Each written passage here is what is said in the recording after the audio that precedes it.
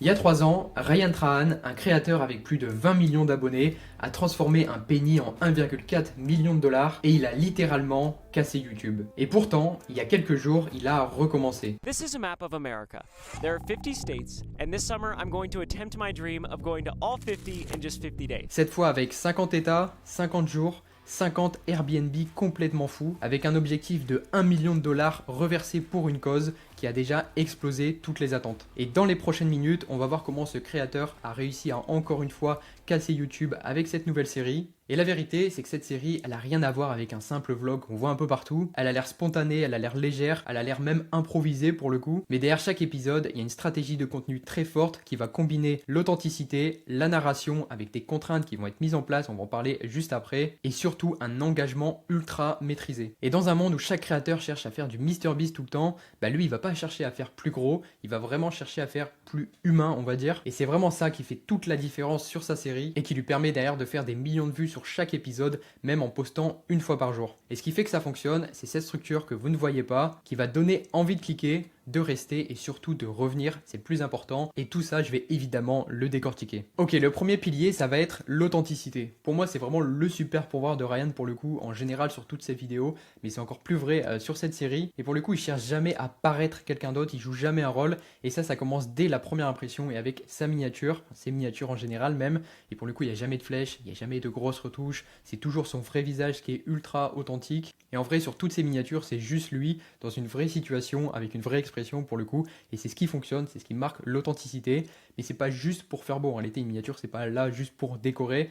C'est vraiment puissant pour passer un premier message avant même qu'on clique sur la vidéo, pour qu'on comprenne directement que ok, tu peux me faire confiance, je suis un vrai gars, je suis un vrai humain, tu peux cliquer sur ma vidéo et derrière tu sais que tu vas avoir quand même quelque chose d'assez naturel et de sincère surtout. Mais juste avec ce détail-là, on peut avoir confiance en lui. On reçoit ce message de ok, tu peux me faire confiance. Et cette confiance, justement, aujourd'hui, c'est ce qu'il y a de plus important sur YouTube. Mais l'authenticité de Ryan ne s'arrête évidemment pas uniquement à la miniature. Elle est aussi et surtout dans sa manière de parler, dans le ton qu'il utilise, dans la manière dont il aborde les choses, et même dans des moments de ses vidéos où il est fatigué, où il est un peu perdu, ou même où il est juste normal pour le coup. Et c'est aussi ça finalement qui va créer de la rétention, parce que les gens vont rester plus longtemps sur la vidéo, ils vont rester accrochés à lui directement. Parce que pour le coup, en tant que spectateur, peut-être que vous allez ressentir ça en voyant sa série, bah vous allez vraiment avoir l'impression de passer un moment avec lui directement, assez naturel, et surtout avec une personne très sincère. Il n'y a pas de suroptimisation, il n'y a pas de surproduction, c'est ultra naturel, et c'est ça qui fait vraiment toute la différence. Donc ce que ça veut dire pour toi aujourd'hui si tu utilises YouTube pour faire du contenu, que ce soit pour développer ton business ou peu importe, bah, t'as pas besoin de simuler une énergie à la MrBeast et d'en faire des caisses. La seule chose que tu dois faire, c'est d'incarner qui tu es vraiment avec de l'authenticité et surtout avec sincérité, c'est hyper important. Et surtout essayer de rester au maximum naturel. Ça sert à rien de vouloir être parfait, c'est inutile, ça va vous faire incarner un personnage que vous n'êtes pas, ça va se voir à la caméra et c'est pas important. Au contraire, le fait d'être naturel, ça va vous rendre unique et c'est ça qui vous permettra très facilement de vous démarquer sur votre marché parce que vous êtes vous-même et ça on peut pas le copier forcément. Et si je prends un exemple assez personnel, quand j'ai lancé cette chaîne YouTube, j'ai lancé une des premières vidéos sur la chaîne, donc pourquoi j'ai arrêté de travailler avec Yomi Denzel, et cette vidéo elle atteint plus de 10 000 vues en 3 jours. Aujourd'hui je crois qu'elle doit être autour de 20-25 000 vues si je dis pas de bêtises, et cette vidéo là elle a bien fonctionné alors que j'avais aucun abonné, je venais de lancer la chaîne YouTube, peut-être que j'avais 10-15 abonnés maximum parce que j'avais déjà posté une vidéo juste avant, mais cette vidéo elle a fonctionné parce que j'ai tout simplement ouvert la caméra et j'ai parlé pendant 10-15 minutes, il n'y a pas de montage, il n'y a pas de préparation, il n'y avait pas de script, tout était imparfait pour le coup, il y avait que des problèmes partout, je bégayais, je bougeais dans tous les sens, j'étais assis sur la plage carrément, enfin sur une chaise sur la plage, et il n'y avait absolument rien de maîtrisé, et pour le coup la vidéo a quand même fonctionné, tout simplement parce que c'était authentique, c'était naturel, et je racontais une vraie expérience qui m'était arrivée sur les derniers mois, les dernières semaines, peu importe, mais dans tout ça c'était authentique, c'était sincère, et forcément ça a fonctionné. Donc peu importe le format que tu vas faire sur YouTube, mise vraiment sur ça dans un premier temps, enfin sur l'authenticité, soit le plus naturel possible. Parce que si les gens croient en toi et voient que tu es vraiment sincère avec eux, bah, ils vont écouter ton message. Et s'ils écoutent ton message, bah forcément ils vont te faire confiance.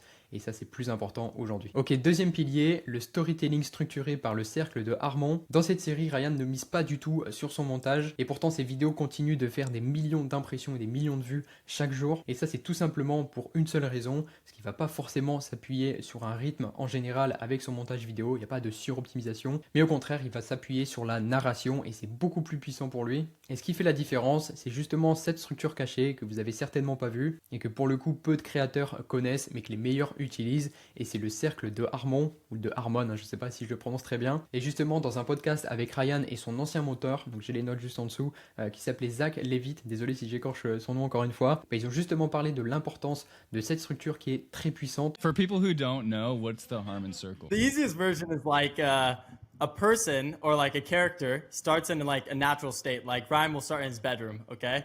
And then he goes on some quest and encounters some obstacle. And then he responds to that obstacle, whether like a win or a loss. And then he returns to his normal state, being a changed person. That's like the most simplified version. Yeah.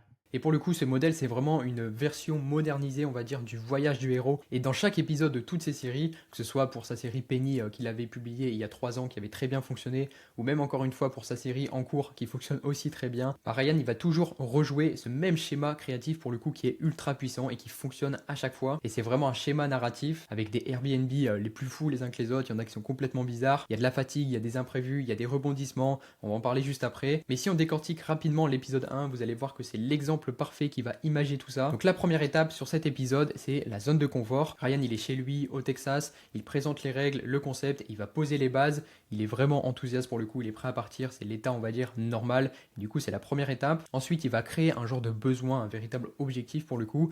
Il doit parcourir les 50 états en 50 jours et trouver les Airbnb les plus fous d'Amérique. Il va ajouter en plus une tension en disant que c'est probablement la série qui va échouer. Donc il va prendre la route direction le premier Airbnb qui est complètement fou. Et c'est un Airbnb en forme de gland d'ailleurs, comme vous pouvez le voir à l'écran. C'est marrant, c'est absurde, c'est surprenant et c'est là que l'aventure commence. Quatrième étape, on va avoir droit à des obstacles, quelques frictions. Donc dès le début, il oublie de faire le plein, il transforme la Wheel of Dawn, donc c'est la roue de destin comme il l'appelle, un peu partout avec lui. Il galère avec son drone, il a très chaud, il découvre les contraintes de la journée, etc. Donc c'est hyper puissant. Ensuite, cinquième étape, on va avoir la première récompense, un genre de mini succès on va dire. Donc il arrive enfin à l'Airbnb, il mentionne que c'est vraiment l'un des plus fous qu'il ait jamais vu de sa vie. Et tout le setup est incroyable, le lieu, l'intérieur, l'environnement, un peu tout en général. Et après, on a une étape hyper intéressante, c'est l'étape numéro 6. Donc c'est un peu le prix à payer de cette récompense. L'Airbnb, c'est une fournaise, il fait 32 degrés, la clim elle est coupée, ils sont complètement crevés, ils doivent quand même courir en pleine nuit en plus pour respecter un défi. L'étape numéro 7, du coup, retour au calme. Ils reviennent dans le calme, dans la nuit, dans l'Airbnb. C'est un moment qu'ils passent ensemble avec sa femme. Ils font un repas dans l'Airbnb et je crois qu'ils finissent la soirée en regardant Survivor, si je dis pas de bêtises. Et ensuite, on va finir avec l'étape de transformation, donc l'étape numéro 8. Parce que juste avant de dormir, on va avoir un gros twist dans la vidéo, enfin dans cet épisode. Parce que MrBeast a activé la fameuse roue du destin avec un don de plus de 50 000 $. Et là, forcément, Ryan, il va réaliser que dès le lendemain, donc dès le prochain épisode, la série va devenir de plus en plus difficile. Et c'est un peu le but du jeu avec les dons qui vont s'accumuler, on reviendra dessus juste après aussi. Et on finit l'épisode avec une tension de devoir revenir pour voir sur quoi la roue est tombée après ce don du coup de MrBeast. Et ce cycle, il va le répéter chaque jour sur chaque épisode. Et au final, même avec plus de 20 vidéos postées d'affilée, l'audience forcément, elle ne décroche pas, elle reste là pour suivre tout de A à Z du premier épisode au dernier. Et c'est tout simplement grâce à cette boucle émotionnelle, on va dire, qu'il arrive à mettre en avant et qu'il arrive à créer tout simplement sur chaque épisode. Troisième gros pilier important dans cette série, ça va être les contraintes créatives. Et aujourd'hui, il y a un truc avec lequel je suis pas d'accord du tout, c'est que la plupart des créateurs avec qui j'ai déjà travaillé ou avec qui je discute, ils pensent que plus ils ont de liberté et mieux ce sera, alors qu'en réalité, en tout cas c'est mon avis, je trouve que plus on a de liberté et moins on a de créativité. Et ça, Ryan, il le met parfaitement en application sur sa série, et il le faisait déjà il y a 3 ans quand il avait lancé sa série justement dont je vous ai parlé précédemment, de Penny qu'il a transformé en 1,4 million de $. Et à ce moment-là, sa mission c'était survivre avec un seul penny, enfin en partant d'un seul penny, de traverser les États-Unis en même temps et de publier pareil une vidéo tous les jours. Et c'est exactement ça qui va résumer les contraintes créatives, parce que c'est pas uniquement de l'artifice, c'est vraiment une règle d'écriture qu'il applique sur ses séries en général. Et dans cette série des 50 états, c'est pareil, il va l'appliquer parce que tout repose sur une seule contrainte très forte. On a 50 états, 50 jours, 50 Airbnb, une vidéo par jour et sa fameuse Wheel of Doom comme il l'appelle, donc c'est la roue du destin. Et tout ça, c'est vraiment pas un hasard, c'est vraiment des règles très précises qui va créer du cadre, de l'attention et surtout de la narration. Et ces contraintes, pour le coup, moi je les trouve vraiment très brillantes parce qu'elles vont créer de la tension du début à la fin. Sur chaque épisode, on va toujours se demander s'il va y arriver ou non, et c'est ça aussi qui va donner un cadre très clair. On sait exactement ce qu'on attend d'une vidéo à l'autre, et indirectement pour lui, ça lui facilite le tournage et en même temps, ça lui permet de développer très facilement la créativité sur ses vidéos. Et ce qui est encore plus puissant, c'est que c'est le public public, donc les spectateurs directement comme vous et moi, qui vont pouvoir activer cette roue en faisant des dons directement depuis sa chaîne YouTube. Et justement ça m'amène au quatrième palier qui est pour moi le plus puissant dans sa série, c'est l'engagement communautaire en temps réel. Parce qu'aujourd'hui la plupart des créateurs ils cherchent toujours à faire plus de vues,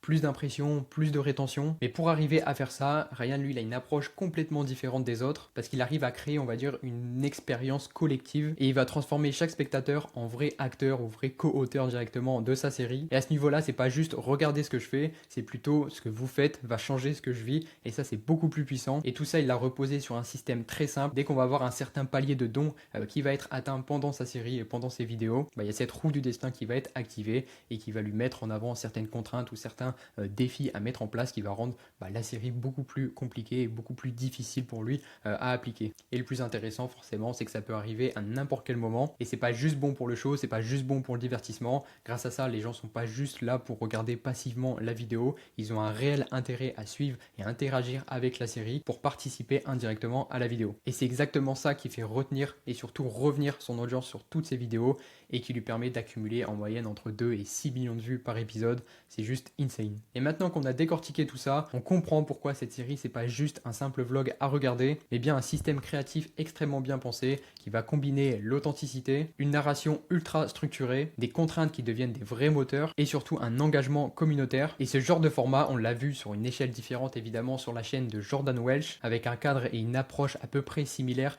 mais une série complètement différente adaptée à son audience évidemment. Lui il va poster une fois par semaine pour aider entre guillemets un inconnu à devenir riche. Évidemment il n'a pas poussé aussi loin que Ryan dans son défi et dans ses challenges, mais ce que tu dois retenir de tout ça et même ce que tu peux appliquer directement sur tes prochaines vidéos à partir de ce qu'on vient de voir, c'est que tu n'as pas besoin de faire plus gros, tu dois juste faire plus clair, plus sincère et surtout plus structuré. Et c'est ça la vraie force d'un créateur aujourd'hui. Et c'est encore plus valable aujourd'hui si tu es un entrepreneur ou que tu as un business d'accompagnement ou peu importe et que tu utilises YouTube pour développer ou scaler ton business. Pour ton cas, tu ne dois pas chercher à devenir un créateur de contenu. Tu dois juste apprendre à devenir un créateur de système et un système qui va te permettre de publier régulièrement, de connecter sincèrement avec ton audience et surtout de construire une vraie relation de confiance avec tes futurs clients. Si tu veux qu'on en discute ensemble, réserve ta session de gros YouTube avec moi. C'est évidemment 100% gratuit. J'ai déjà accompagné plus de 500 entrepreneurs à développer leur business sur YouTube grâce à nos services sur les 3 dernières années. Et sinon, en attendant, tu peux t'abonner à cette chaîne et me dire en commentaire ce que tu as pensé de cette vidéo. Et surtout, merci d'être resté jusqu'à la fin.